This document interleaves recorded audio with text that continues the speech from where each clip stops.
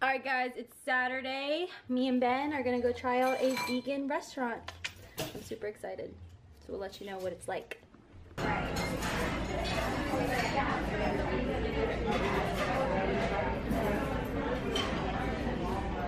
So we just made it to the Great Sage. It's super earthy in here.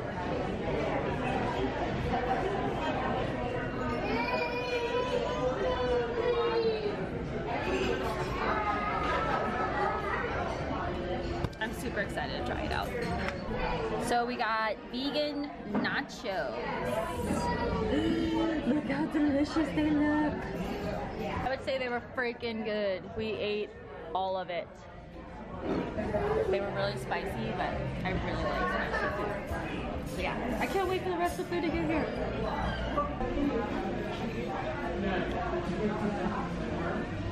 Guys, this is a barbecue sandwich.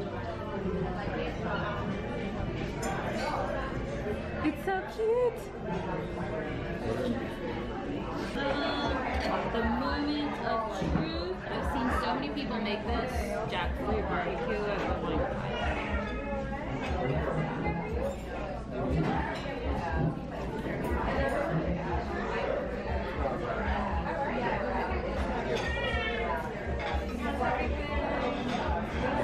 it's good.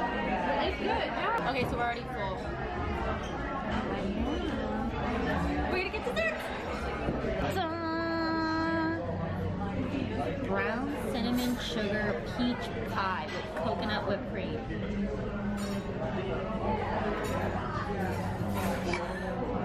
It looks so good.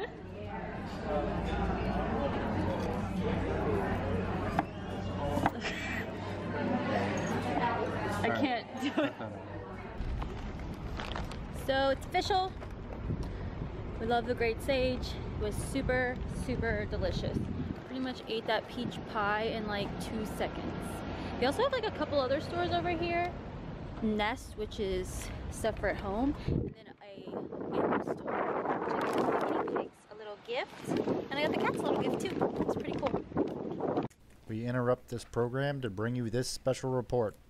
Guinea pigs are cute.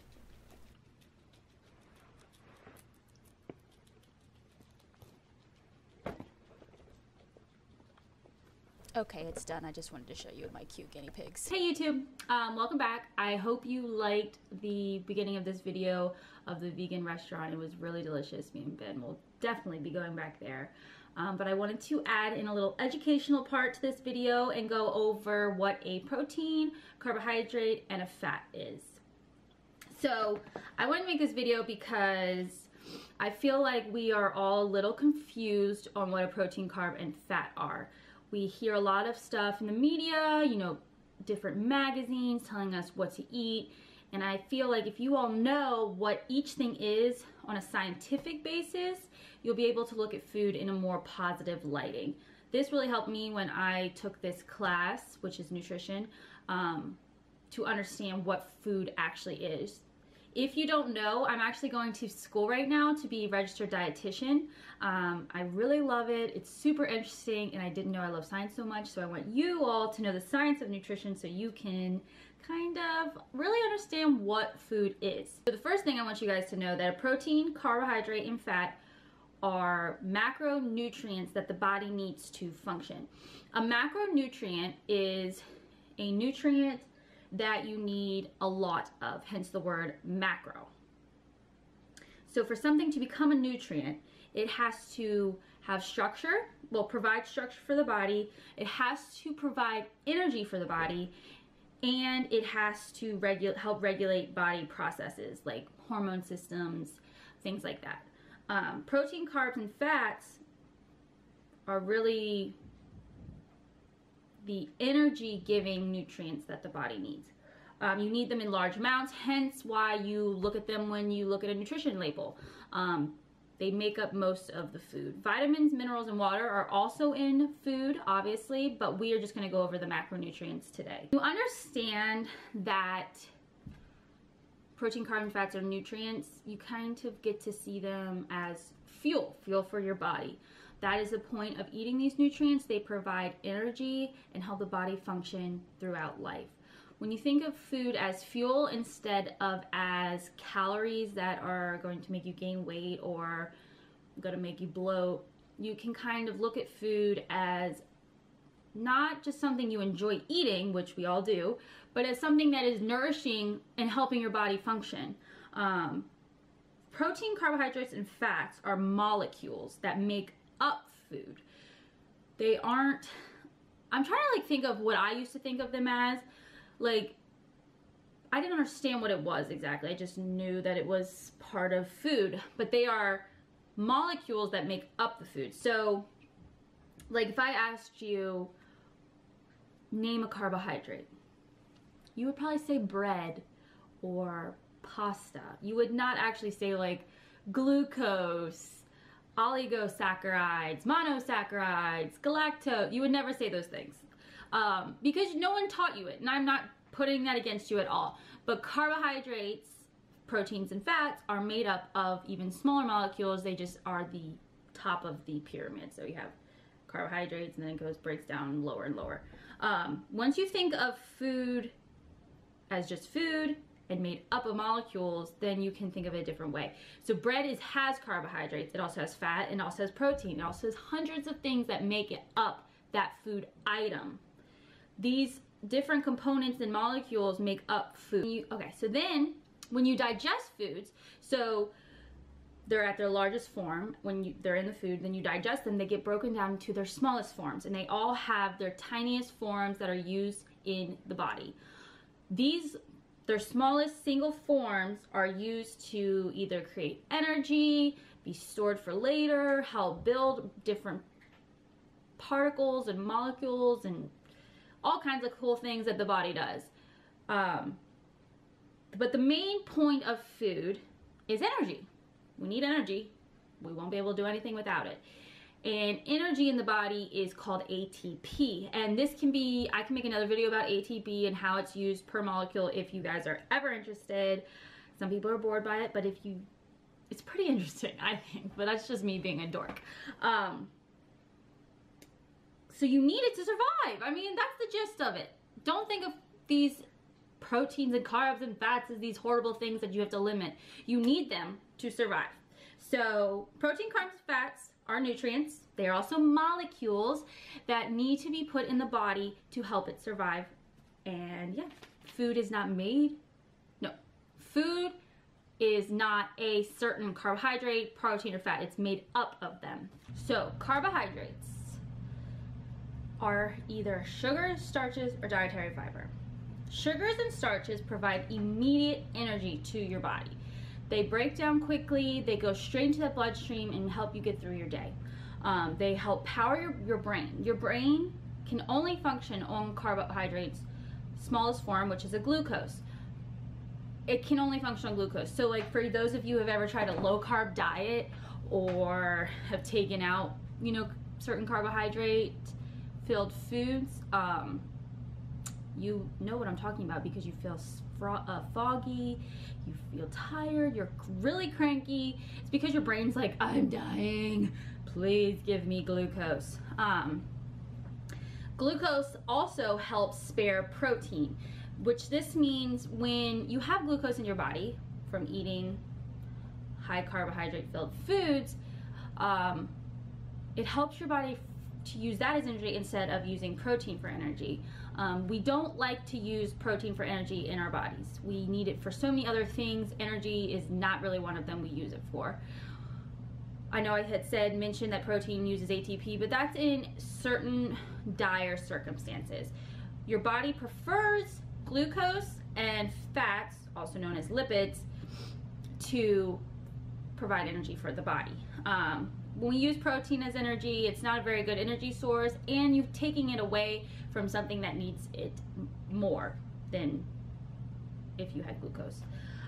Also, glucose is needed to effectively burn fats in your body.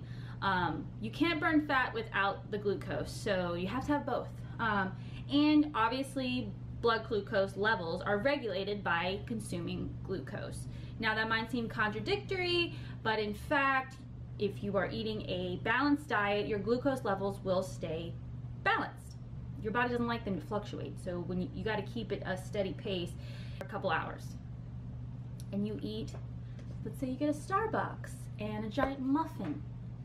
Your energy goes up because you just filled it with glucose, and then it's going to drop quickly because you just starved it and it needed the glucose really badly, and then it goes down again. You want to kind of keep it paced out. That's why we recommend you eating carbohydrates throughout the day. No, healthy carbohydrates. I'm not saying eat pasta for every meal.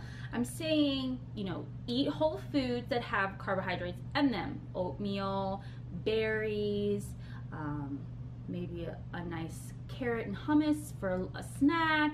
These are all things that have carbohydrates in them, but in a healthy way. A bad carbohydrate, if you want to, I don't like to use the word bad because it's still a carbohydrate, still provides energy, but something that is going to only provide quick energy and not lasting energy would be like Chips Ahoy cookies. Those have carbohydrates in them, but those carbohydrates have been processed and your body crashes quickly after eating them. I hope that makes sense on the carbohydrates. Please let me know if you have any questions on those and any of the further nutrients down below. Another nutrient that has been given a bad name is the fat, also known as lipid. In the nutrition world, we call fats lipids because that is their more proper name. A fat is a nutrient that hates water. It just doesn't go with water. It avoids water at all costs. It hates it. There are three types of lipids: triglycerides, phospholipids, and sterols. Are made of two parts: the fatty acid and the glycerol. They're attached. There also is unsaturated, saturated fat, omega-3s and omega-6s. I know that can be kind of confusing. There's so many different fats to eat. Basically, what you need to know is that fats are important for ATP production, storage, and synthesis of regulatory molecules. We want to limit the saturated fats, and we want to have as many omega-3s as we can. I know you hear that all the time, and it can get a little confusing. Fats are not bad for you. An excess of fat is bad for you. So you get 9 calories per 1 gram of fat, where you get 4 calories for 1 gram of proteins and carbohydrates. So really your body loves fat because it gets a lot of energy from it. That's why we kind of crave it. We like to eat foods that have it, and we love to store it because we want to keep it. Our body loves it. It provides so much energy, and we can store some for later, hence when you gain weight. But when we do have fat, we like to use it for ATP because we get so much energy from it. So don't ever limit your fats. Just always be mindful of how many fats you are eating, and when you are eating fats, make sure they're coming from a whole food source, like avocados, olive oil. Flaxseed has really good fats in it. You can get your omega-3s from that. If you eat meat, salmon has good omega-3 fats in it. I can go more into fats and types of fats if you all like as well. Please comment below if you would like a specific lipid video. Everyone's favorite nutrient in today's world and in our American society is protein. Everybody's obsessed with getting protein. Protein is made up of amino acids. There are 9 amino acids that we need to get from food. The other 11 our body makes itself. The body takes these amino acids and makes hundreds of thousands of different proteins in different combinations to provide different functions. The shape of the protein determines its function. And in class we learned the super cool way of, like, the squares go with the squares and the circles go with the circles. Not saying that they are in those shapes, but the way that they're aligned is almost like a building block for different functions in the body. Proteins cannot be stored. So a common misconception is if I eat 10 protein shakes today, I'll have all this protein for all this stuff. Your body has a certain limit of protein that it can have, and the rest just gets put into waste and just taken out of the body. Protein is super important for the body. I'm not saying that it's not. You need protein to create DNA, to create antibodies, speed up metabolic reactions. They transport substances through the body. They help create hormones. They are super important for many functions. They're the building blocks of your muscles. They're very, very important. And like I said earlier in the video, how everything has protein, carbs, and fats. When you are eating a meat source, it does not have carbohydrates. Due to the animal being slaughtered, all the carbohydrates have left its body once it's been killed. So it only has proteins and fats. If you eat something like broccoli, for example, which has protein in it, it has protein, carbs, and fats in it. So it just depends where you're getting your protein source from. Other protein sources besides meat are lentils, beans, chickpeas, broccoli. Well, most vegetables have protein in them. You just have to combine them with the right things and you'll have a great protein-filled meal. The body uses protein as its last absolute source for ATP. It loves to use the carbs and fats first. The protein is so important for every other function that the body needs the other two nutrients to provide energy. So make sure you're eating your protein, carbs, and fats. Don't just limit yourself to just protein and fats or protein and carbs. You need all three for the body to work properly. I hope this is making sense for you all. I know it's a lot of information and it can be very confusing. And you might have heard different things from different people. And like I said before, I am not a registered dietitian yet, but I am on my way of becoming one. Nutrition is super important to me and I find all this stuff super interesting. If you feel like you are super confused and you need more clarification on each nutrient, please let me know. I can make more videos on these nutrients to give you more information to help you live a healthier lifestyle. Yeah, please write down below anything that you have worried about. You know, if you're like, hey, Emily, I need help with this, or what do you think about this, or how does this digest? We can go more into it later because I would love to talk about it because I really think it's really cool and I think everyone should know all this information to help themselves live a better life. So yeah, I hope you guys really liked this video. I enjoyed it a lot and I'll see you guys next time.